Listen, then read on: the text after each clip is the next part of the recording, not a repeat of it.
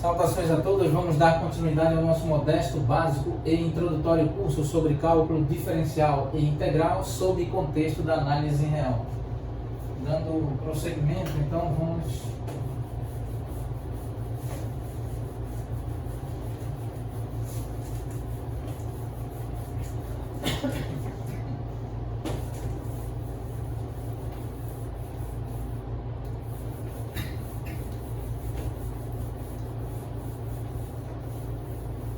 usufruir dos resultados obtidos com a derivada de y em relação a x e vamos então calcular a derivada de ordem 2 em relação a x aplicada sobre a função y.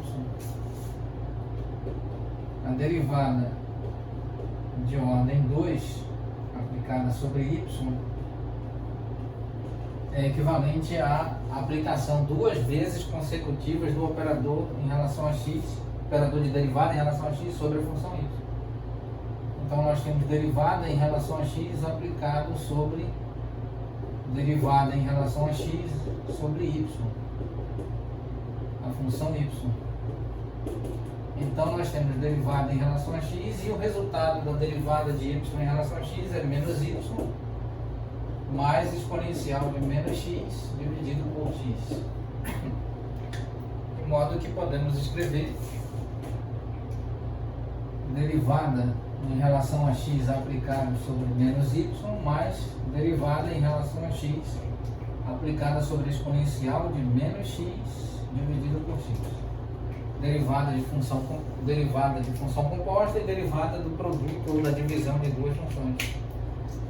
Então aqui nós temos menos 1 multiplicado pela derivada de y em relação a x mais a derivada em relação a x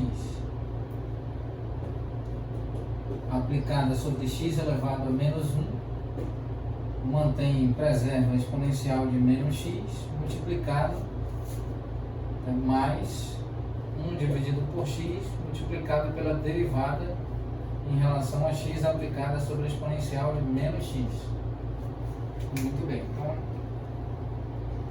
aqui nós temos menos 1 multiplicado pela derivada de y em relação a x. A constante, nós, por quanto admitamos as propriedades apresentadas pela análise real, nós sabemos que o limite de uma constante é a própria constante, o que implica que a derivada de uma constante é igual a zero, implicando também que a constante pode ser retirada da aplicação do operador de derivada, a constante multiplicativa.